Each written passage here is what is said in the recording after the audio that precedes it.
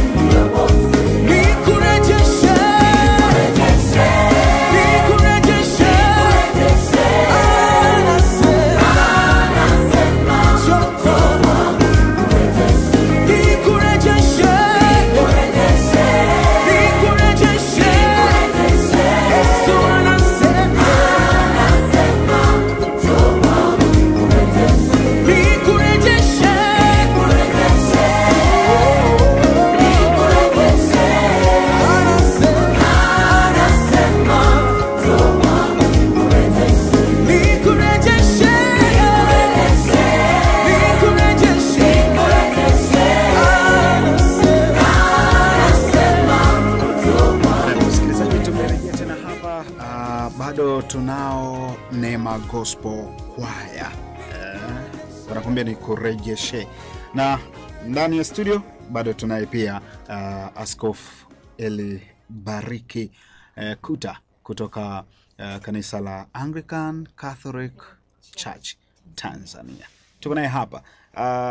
Muda mfupi msikilizaji, kama ndio kwanza unaungana pamoja nasi, bado tunaye hapa Askofu Elibariki Kuta, na tulikuwa tunazungumzia kuhusiana na msingi wa matengenezo ya kanisa la Anglican Catholic Church Tanzania. Tumeangalia kuna kumtoa mama ndoo kichwani, afya mama mjamzito na mtoto, elimu bora ya msingi na sekondari, elimu maalum ya malezi ya watu wenye ulemavu wa mwili na akili, haki na uhuru wa demokrasia huru Tanzania ndani ya kanisa. Pia kuna EAR. Ni Episcopal Anglican Relief. Okay. Hiki ni kitengo chetu maalum ambacho kipo kwa ajili ya kuitikia majanga. Kwa mfano kama janga fulani likitokea, mvua au kimbunga, sisi tunataka tuwe tayari kuwasaidia watu, haijalishi ni wa imani gani, maadamu yupo amekumbwa na janga hilo. Kwa tuna kitengo maalum kama nilivyosema, tunataka kuwa proactive. Ndio, na sio kwamba janga linatokea sasa ndio tunaanza kuvutana mashati. Jamani, tumsaidiaje huyu mtu? Sisi tuko tayari kwa lolote. Kwa mfano lile janga lililotokea nafikiri ni mwaka uliopita, lile la Hanang, ile Manyara. Kwa hiyo kanisa inakuwa iko proactive kwa kuna nini, kuwa tayari kama janga hilo likitokea, basi liko pale kusaidia. Na kwa mfano kwa sababu kama nilivyosema tumefunguliwa hivi juzi tu, lakini hata kabla ya hapo EAR kitengo chetu kiliweza kuwasaidia watu wa Mlali katika majanga ya mvua. kulikuwa na familia 47. Mradi ni hapa Dodoma. Hapa Dodoma ndio. Kongwa. Ndio. Yes.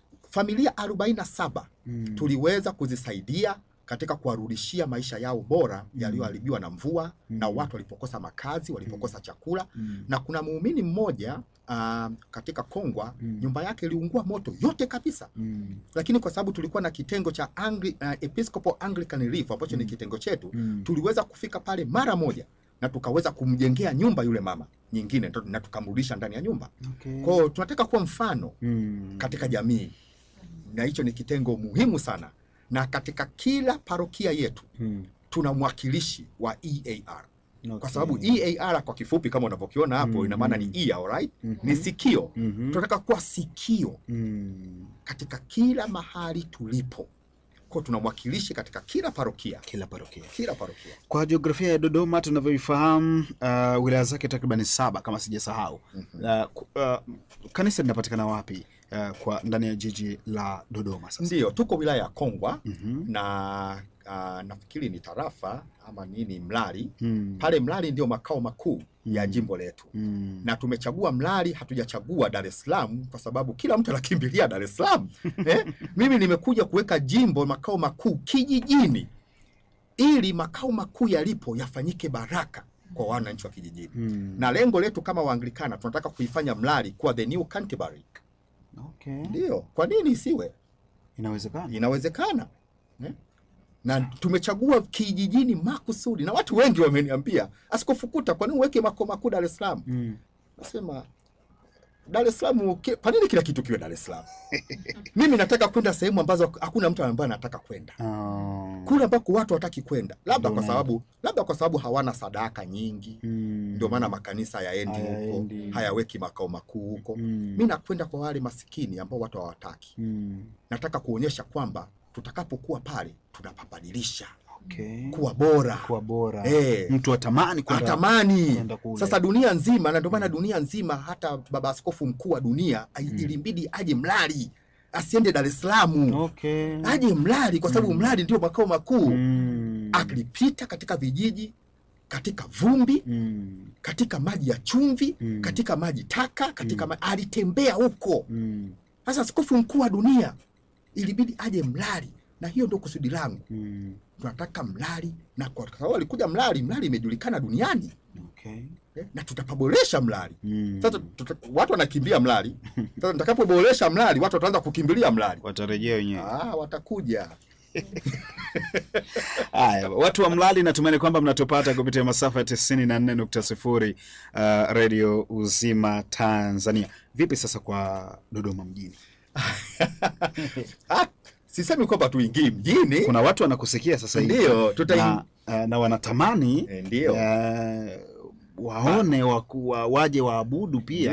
Ndio. Tutaingia mijini na hata hapa Dodoma mjini tumeanza kutafuta maeneo ya kuweka parokia zetu na tuwe baraka mijini. Mijini kuna shida tofauti na mijini na vijijini. Kwa hiyo pote tutakuwepo. Kwa hiyo hapa sio tu Dodoma, tutakuwa Dar es Salaam, tutakuwa Zanzibar, katika visiwa vyake vyote, tutakuwa Tanzania kila mahali. Lakini tumeanza na Mlali. Dodoma. Kongwa. Kabisa. Kuna mtu labda angefikiri hao watu wanaanza waje kuanzia mjini, Dodoma mjini. Lakini tumeanzia kijijini kule. Na tunakuja mjini. Haya, msikilizaji, ujumbe wako au arafa yako ni muhimu sana kupitia nambari 07 58 71 96 32 07 58 71 96 32.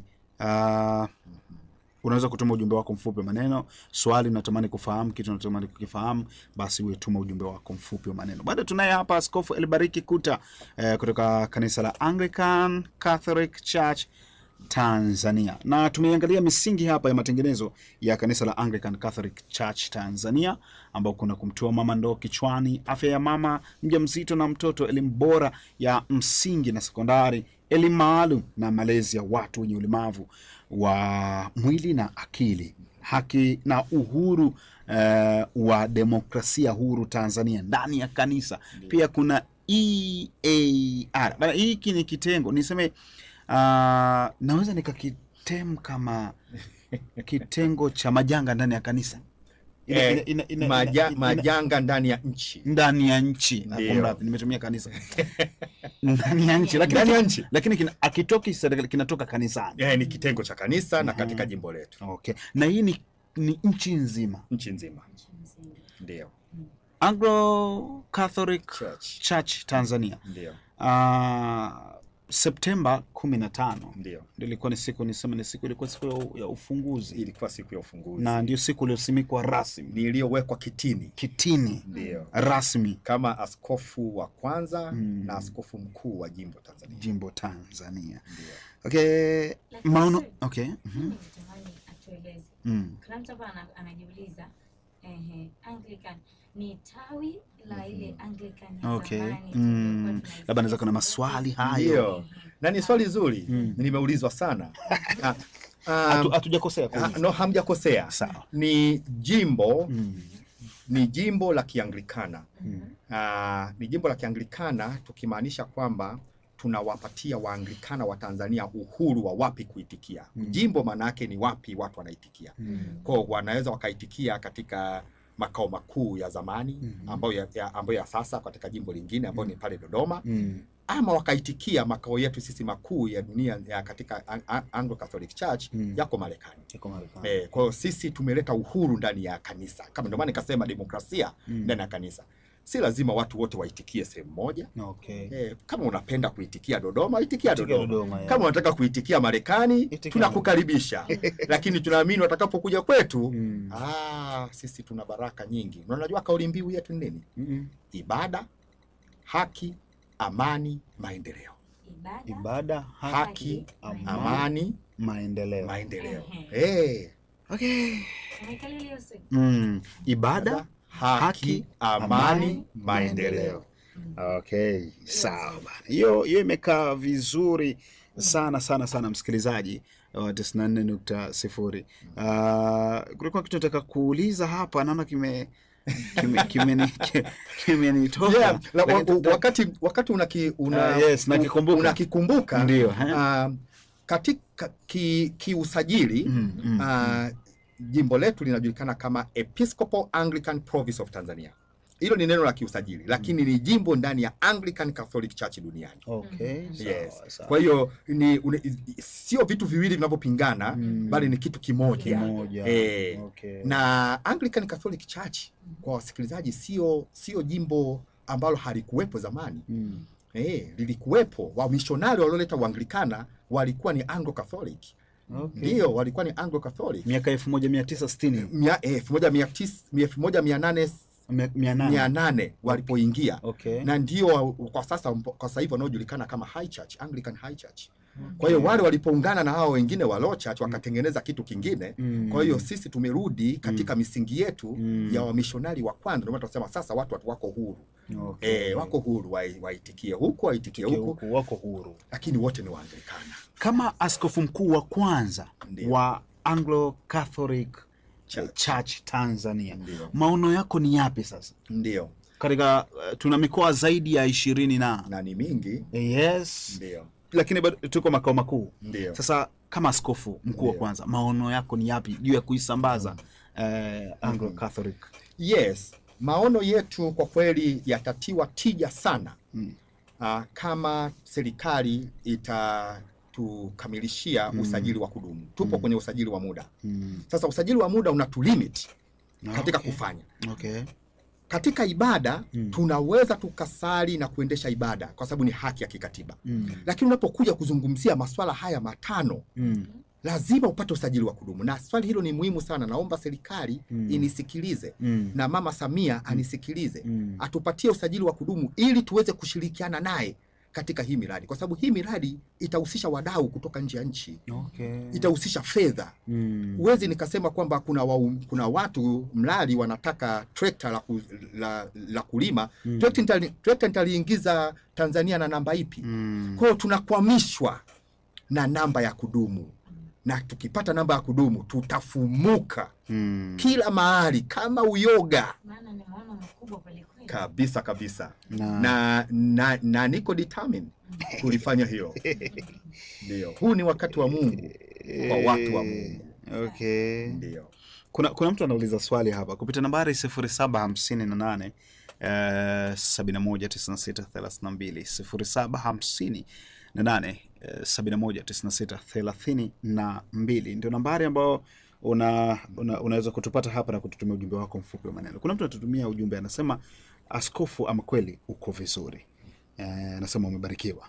Anazungumza. Mwingine anasema Bwana Yesu asifiwe. Anasema mtumishi, naomba kuuliza swali kuhusu dada zetu. Kwa nini watumishi wengi wamezibwa midomo kuhusu mavazi ya dada zetu makanisani? Kwa kweli swala la mavazi kwa kweli huwezi ukaingia kanisani kama uko nusu uchi. Na kanisa ni sehemu ambayo ni ya heshima yake. Na kwa kweli kila mahali pana heshima yake na mila zake. Kwa hiyo mimi ninachokiomba tu katika hilo ni kwamba wadada, vaeni mkipendeza. Kupendeza sio dhambi. Mungu katuumba na alipomaliza akasema, akaona kila kitu alichokiumba kwamba ni chema na kizuri. Kwa hiyo vaeni mkipendeza, lakini pia vaa kwa heshima. Vaa kwa heshima. Wakati unakuja kanisani, ndio kwa heshima. Kuna mtu anauliza labda mifumo ya ibada. Ndio. Mifumo ya ibada iko vipi? Je, ni sasa natumai swali lake. Ndio. Mifumo ya ibada. Nafikiri nimeelewa swali lake. Umeelewa? Nimeelewa. Okay, asante. Sisi kama Anglican Catholic Church liturujia zetu zipo za high church. Okay. Kwa kweli zinafanana, naweza nikasema 100% na Roman Catholic. Tofauti ya Anglican Catholic Church na Roman Catholic Church ni neno Anglican na wale ni Rome. Lakini wote ni kanisa.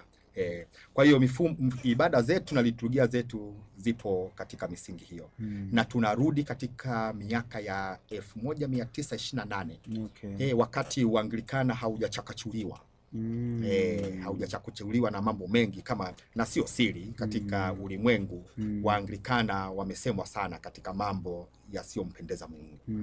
Katika mambo ya ushoga, mambo ya utoaji mimba na vitu vya jinsi hiyo. Sasa unakuta kanisa limechakachuliwa sana katika huko. Sisi wa Anglican Catholic Church ni conservative.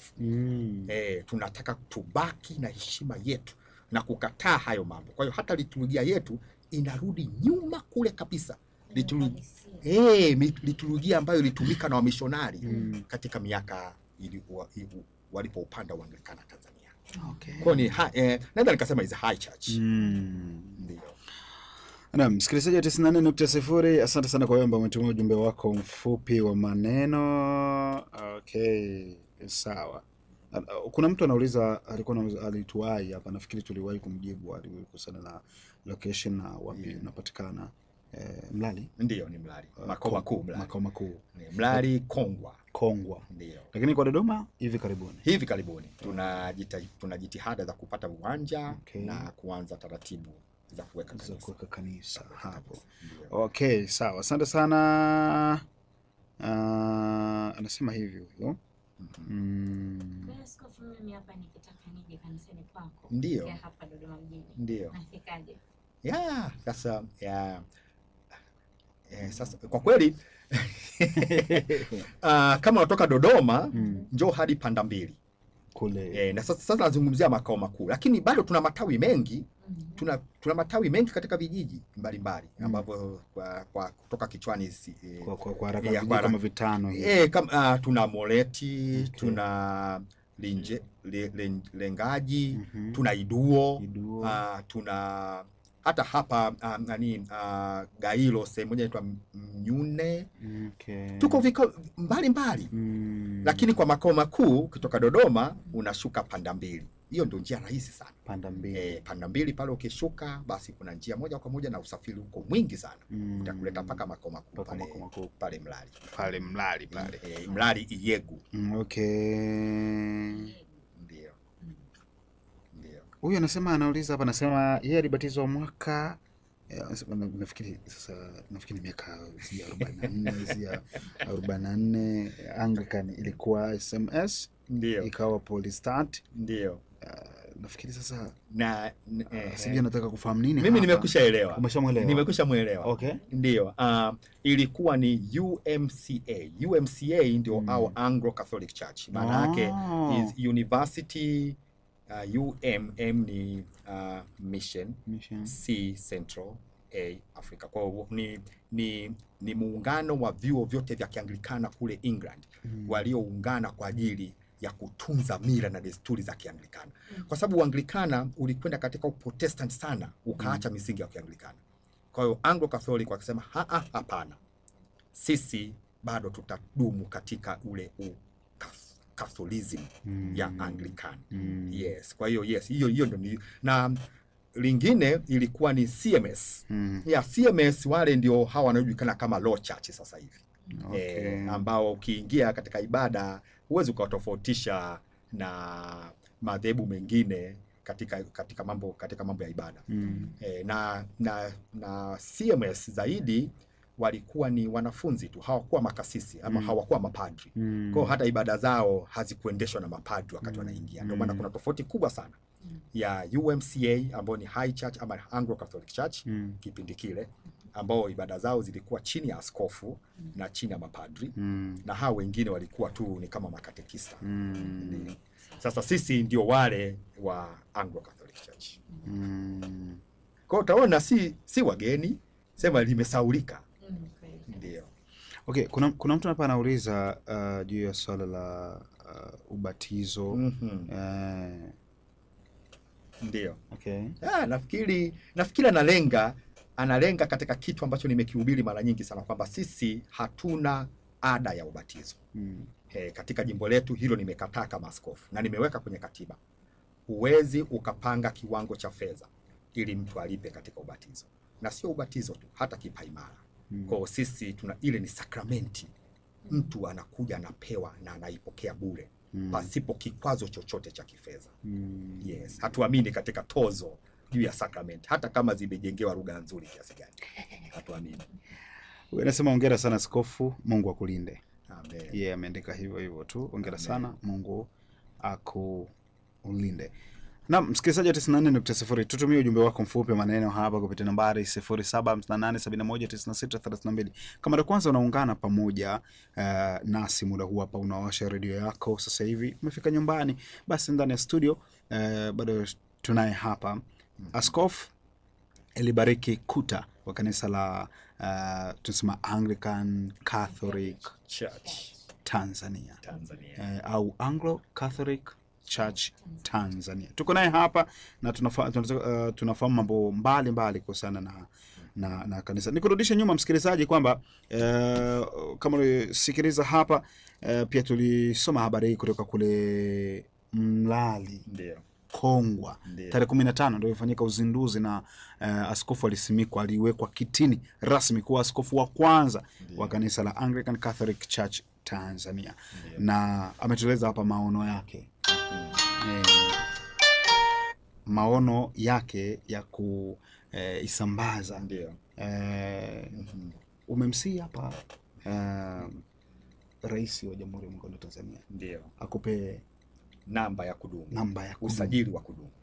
Na katika haya nikiangalia miongoni mwa haya 7 yaliyoorodheshwa hapa. Ndio.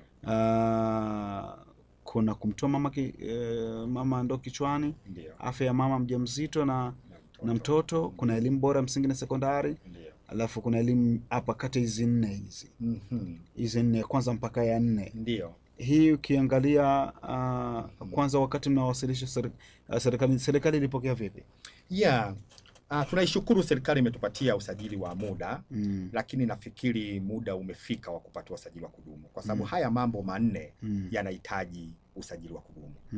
Kama nilivyosema, inahusisha wadau mbalimbali kutoka nje ya nchi, inahusisha fedha, inahusisha uwajibikaji, inahusisha kushirikiana na viongozi wa serikali moja kwa moja. Sasa ukifika katika hilo, siwezi nikatimiza hata kama pesa zipo. Kama nimesema tayari tuna mabomba, tuna fedha za kusambaza maji vijijini. Sasa nitaziletaje na kuanza hiyo miradi kama sijapewa namba ya kudumu? Kwa mimi wito wangu kwa Mama Samia, rais wetu wa Tanzania, kwamba tunaomba tupatiwe hiyo namba ili tuwe baraka katika serikali yake na wananchi wa Tanzania. Kwa sababu hatuamini juu ya kanisa ambalo kazi yake ni kuabudu tu Jumapili. Mnafika mnaabudu tu, lakini hakuna mabadiliko katika jamii, mabadiliko ya kiuchumi, ya kijamii. Sisi tunataka tuonyeshe Ukristo ni nini. Yes. Kutaka kuonyesha Ukristo ni nini. Ni nini. Okay, na msikilizaji, tunaendelea hapa na ujumbe wako mfupi. Huyu anasema hajaelewa maelezo ya ubatizo, anahisi hajajibiwa bado swali lake. Okay. Labda aina gani ya ubatizo? Okay. Well, sisi ni Waanglikana. Ubatizo wetu sisi hatutumii maji mengi, labda niseme hivyo. Lakini sio kwamba hatuamini katika maji mengi. Kama kuna sehemu pana maji mengi na ni convenience kufanya hivyo, tunafanya. Lakini tunaamini juu ya ubatizo wa maji, kwa kutumia maji na katika Utatu Mtakatifu, yani kwa jina la Baba na la Mwana na la Roho Mtakatifu. Basi maneno hayo yakikamilika na maji yakitumika, huo ndio ubatizo. Okay. Yes. Na labda nizungumzie tena kithiolojia, labda sasa nimeanza kuona anachokwenda. Ubatizo wetu ni wa watoto wadogo ama watu wazima. Haijalishi. Awe mtoto mdogo, awe kazaliwa leo, au kazaliwa miaka 20 iliyopita, akija ama akiletwa kwa ajili ya ubatizo, tunabatiza. Unajua kithiolojia ni nini hiyo? Wasikilizaji, ubatizo ni kukaribishwa katika familia ya Mungu. Kwa hiyo watoto wana haki mbele za Mungu. Yesu alisema, waacheni watoto wadogo waje kwangu, maana ufalme wa Mungu ni wao, tena msiwazuie. Kwa hiyo ni jukumu la wazazi kuhakikisha watoto wanaletwa katika familia ya Mungu. Na kama inatokea bahati mbaya kwa sababu mbalimbali, basi huyo mtoto kashakuwa mkubwa, hajaletwa katika familia ya Mungu, akija katika umri wowote ule, basi naye pia atabatizwa. Okay, anaitwa Christopher kutoka Dodoma mjini. Anasali kanisa la Anglikana mjini. Anaomba kuuliza, kwa nini watumishi wengi wamekazana kuhubiri mafanikio tu, sio kuambia watu ukweli kwamba hizi ni zama gani na tunatakiwa tufanye nini? Wamekazana tu, njoo ubarikiwe upate maisha mazuri. Kwa nini msituambie mwisho wa dunia umekaribia?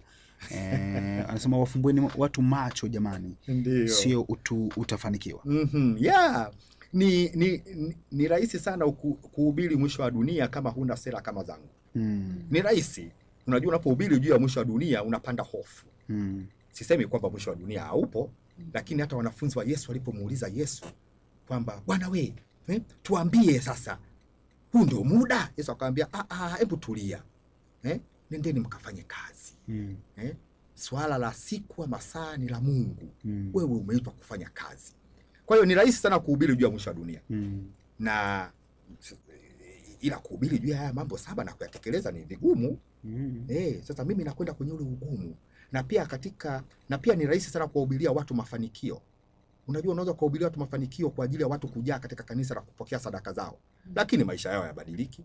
Unapoweka hofu na unapoweka neno la Mungu kwa ajili ya watu kutoa sadaka, mimi kwangu kama askofu, huo ni wizi wa kiroho. Kwa hiyo nayafahamu hayo, ila mimi nimekuja na njia nyingine. Nimekuja na njia ngumu. Njia ngumu kusema kwamba penye kanisa lazima pawe na maisha bora. Na maisha bora kwa watu wanaolizunguka kanisa. Sio maisha bora kwa askofu mimi nitembelee Benz, nitembelee Prado, wakati mtu anayekuja kanisani anaishi kwa shida sana. Lakini watu wanatoa sadaka.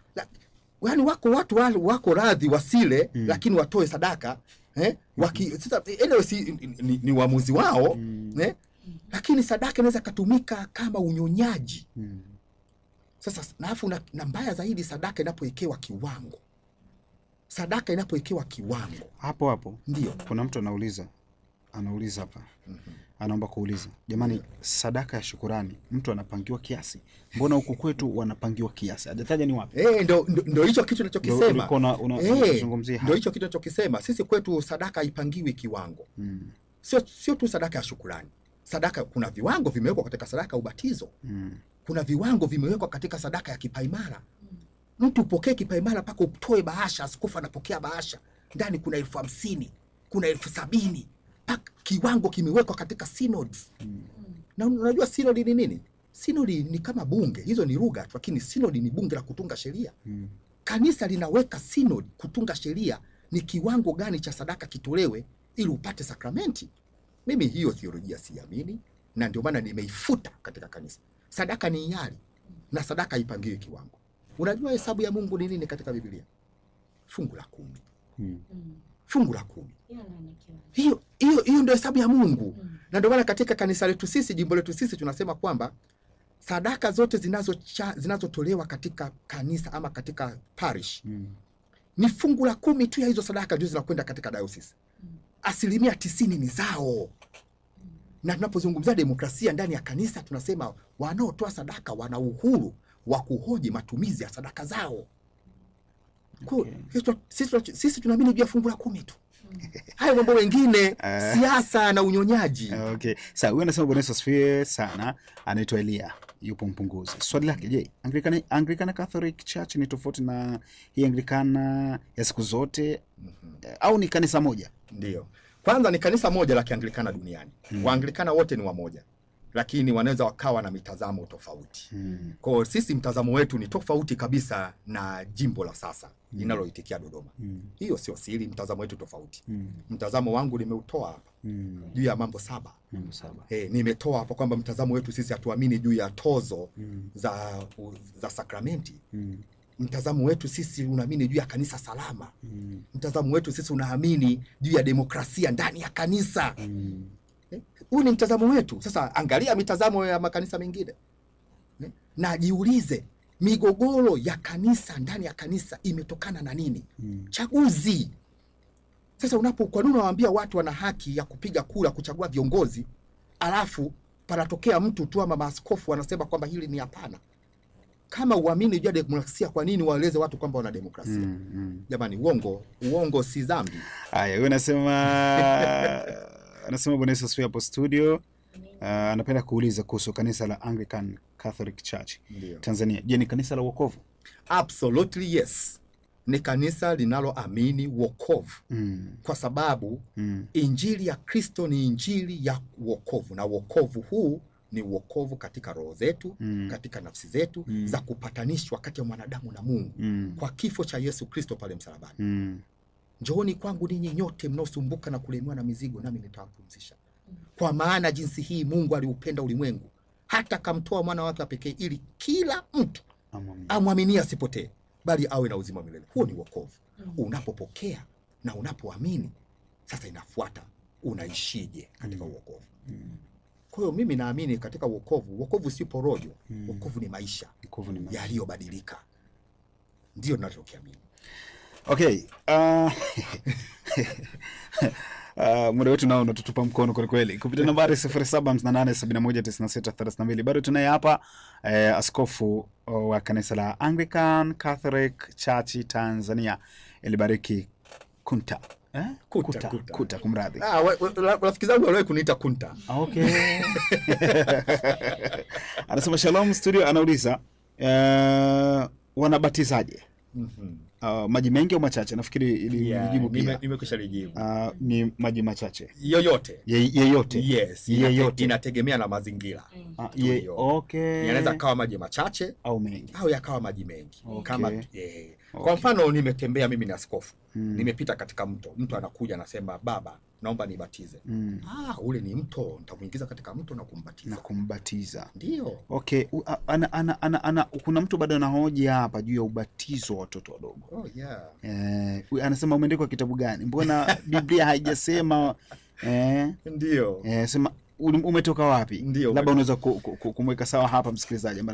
Kabisa ninaweza. Katika kitabu cha Matendo tunasoma sehemu mbalimbali kwamba watu walibatizwa, mtu mmoja alipoamini kama ni baba katika karne zile, basi familia yake yote ilibatizwa na watoto. Na mara nyingi Biblia huwa haitaji watoto na wanawake. Kwa je, leo hii tunaposema sehemu kwamba watu 5,000 walikula mikate, wanaume Je, wanawake hawakuwepo watoto? Kwa hizi unajua hivi ni vitu ambavyo unatakiwa hekima katika kusoma. Tunasema read between the lines. Okay. Yeah. Kwa hiyo unaposema kwamba familia yote ilibatizwa, familia ni mama, baba na watoto. Kama kuna sehemu hakutajwa wanawake, zile zilikuwa ni mila. Ulikuwa uruhusiwi kusema mwanamke. Uruhusiwi, lakini wanawake walikuwepo. Na walikula mikate. Okay. Ndio. Haya, tuko hapa, anasema Bwana Yesu asifiwe. Anaitwa Elia. Anauliza tena, je, kanisa ni la Pentecost? Kanisa ni la Kianglikana. Okay. Yeah, lakini tunaamini juu ya Pentecost. Tunaamini juu ya Pentecost. Tunaamini juu ya Pentecost kwa sababu Pentecost ni siku tunayoikumbuka Roho Mtakatifu alipowashukia mitume kwa wazi. Na ililazimika ile siku ije. Kwa sababu tukumbuke siku ile ilikuja wakati wa mitume walikuwa wamejifungia ndani wakiwa na woga. Kwa Mungu alitaka kuwaonyesha ishara ya macho ya kuona zile ndimi za moto ili watiwe ujasiri kwenda kupambana na dunia. Kwa tunaamini juu ya Pentecost. Na msikilizaji wa 94.0 Radio Uzima, ni askofu wa kanisa la Anglican Catholic Church Elibariki Kuta. Tuko naye hapa. Ametueleza mambo mengi sana na kubwa zaidi ni misingi ya matengenezo ya kanisa la Anglican Catholic Church Tanzania. Juu ya kumtua mama ndo kichwani, afya ya mama mjamzito na mtoto, elimu bora ya msingi na sekondari, bila kusahau elimu maalum na malezi ya watu wenye ulemavu na wa mwili na akili, haki na uhuru wa demokrasia huru Tanzania ndani ya kanisa. Pia kuna EAR, Episcopal Anglican Relief.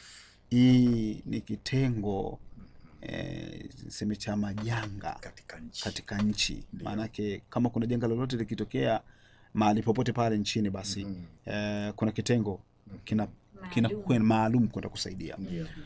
Kuna kanisa salama pia hapo. Tumemsikiliza kwa undani zaidi, na msikilizaji umeuliza swali zuri sana. Unaiambia nini jamii ya Dodoma? Jamii ya Dodoma imebarikiwa sana. Imebarikiwa sana kwa sababu kwanza mawazo ya Mwalimu Nyerere na rais wa kwanza wa Tanzania kuona kwamba Dodoma inapaswa kuwa ni mji mkuu wa kiserikali. Ni mawazo yaliyo bora na mawazo ya ulinzi. Lakini mawazo haya yalikuja kuboreshwa upya na rais marehemu kwa bahati mbaya Magufuli. Na ndio aliyofufua na kusema sasa iwe isiwe, twendeni Dodoma. Kwa Dodoma imebarikiwa sana.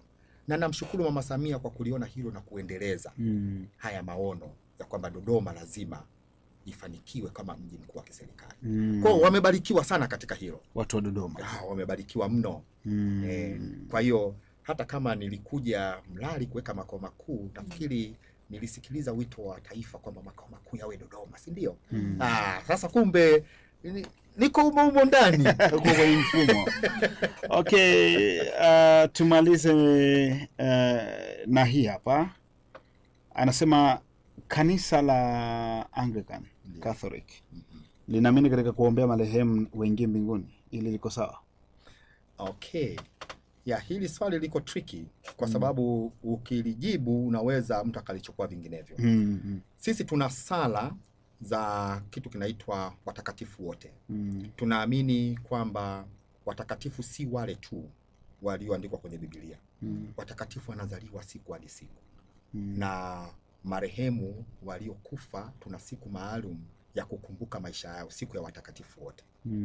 Tunapokumbuka maisha haya sio kwamba tunaomba watoke katika, sasa hapa sitaki kuingilia theolojia za watu, lakini lengo letu katika zile sala ni kukumbuka na kumshukuru Mungu juu ya maisha yao kama mfano bora kwetu sisi. Kwa tunaamini kwamba mtu yoyote aliyebatizwa na akaishi maisha yaliyo bora mbele za Mungu, huyu ni mtoto wa Mungu na amepokelewa na Mungu. Kwa sisi tuna haki kabisa ya kutazama maisha yao na kumshukuru Mungu. Na tunaomba zile sala kama ni sala za shukurani kwa Mungu juu ya maisha yao. Kwa ndio tunaamini juu ya watakatifu waliokufa. Tunaliamini hilo na tuna sala maalum katika hilo. Kwa ni watakatifu waliokufa. Ndio. Sio wenye dhambi waingie mbinguni. Sasa ndio maana nikasema hapo sasa inabidi ueleze vizuri. Nakemea dhambi lakini. Kabisa. Kwa nini nimeweka sera ya kanisa salama? Kwa sababu nimesema siamini juu ya uficho.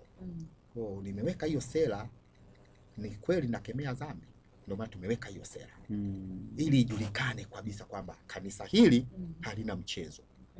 Na ukifanya ujinga tutakwambia na tutakuonya, haijalishi wewe ni nani. Acha kwa nini tunakuwa na yale mambo kwamba huyu ni mkubwa basi hawezi akaambiwa kitu hiki.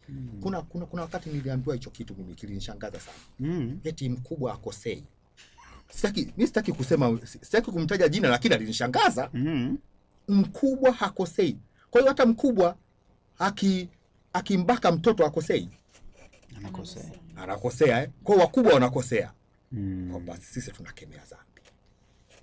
Anasema hivi, tumalize sasa, maana message ni nyingi kweli kweli, lakini tumalize na hii hapa. Asante sana Henry Nduba kutoka Center ya Manyoni huko Singida, Tanzania. Anasema hivi, huyu anasema hivi, je, kanisa la Anglican Catholic mnatumia liturujia au mnaongozwa na Roho Mtakatifu kwenye ibada? Vyote viwili. Liturujia ni mwongozo wa Roho Mtakatifu. Hakuna liturujia pasipo Roho Mtakatifu. Lakini liturujia maana yake mnapokuwa wawili lazima muwe na kitu kinachowaongoza. La sivyo kuna kitu kinaitwa chaos. Kwa hiyo liturujia ni mwongozo. Na katika mwongozo huo yuko Roho Mtakatifu. Roho Mtakatifu ni roho wa utaratibu. Na liturujia ni utaratibu. Ndio. Hai, si tumefikia tamati. Asante sana. Muda wetu na umetutosha kweli kweli. Unataka kututupa mkono hapo? Ndio. Neno lako la mwisho tafadhali. Niwashukuru sana watu wa Radio Uzima. Na kwa kweli ninawashukuru na nitawaombea katika utume wenu. Na kama nilivyosema, nimelipa kichwa cha habari ya ukaribisho wenu kwangu kwamba ni habari ya uzima. Mungu awabariki sana. Na kwa kweli nitawaombea katika sala zangu kama askofu ili mfanikiwe. Asante sana msikilizaji, nami nikushukuru kwa kuwa pamoja nasi kuanzia mwanzo mpaka tamati. Kuna mawasiliano labda kama kuna mawasiliano, kuna mtu yes, kama kuna namba mtu anaweza access. Ndio, hii zipo, labda nitoe yangu moja kwa moja. Kwa sababu mimi naishi Tanzania na pia naishi Marekani, niko kote kote. Kwa hiyo ninapatikana kwenye WhatsApp kama askofu mkuu. Na unaanza na +1 617 749 8467. Yes, hapo utanipata moja kwa moja. Basi hiyo ni ya Marekani. Hiyo ni ya Marekani, lakini hata hapa pia natumia kwa sababu nipo kwenye WhatsApp. Nipo kwenye WhatsApp. Kwenye normal call, SMS au hapo sasa tuna namba ya Tanzania ambayo ni I know. Embu secretary nani wangu nipatia hapo. Ndio, ili iweze kutajwa ya huduma. Yes, ya huduma itakuwa vizuri kabisa. Zaidi ambayo inakuwa ni mtu labda anaweza kupiga simu kutaka msaada zaidi kabisa. Ushauri namna gani, labda kuna vitu anatamani kufahamu zaidi. Msikilizaji, nambari subiri tajiwa hapa. Ndio, ni 0755 711 513. Ndio, ni 0755 711 513. Okay, msikilizaji, tukushukuru sana na uwe na wakati mwema. Sisi tunakuacha hapa na rekodi yake. Wanaitwa Neema Gospel Choir, wanakuambia ni kurejeshe. Askofu, ni mpenzi wa nyimbo?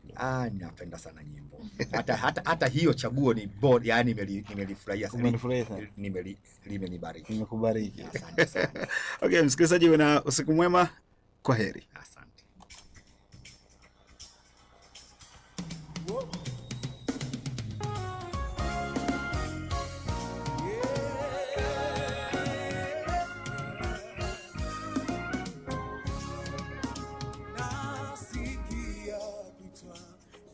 sauti yake anasema njoo kwangu nikurejeshe yaliyoibiwa, yaliyochukuliwa na mwovu.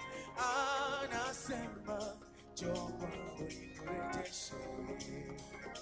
Nasikia kuitwa na sauti yake anasema njoo kwangu nikurejeshe yaliyoibiwa. Episcopal Anglican Media, maisha yanayohubiri.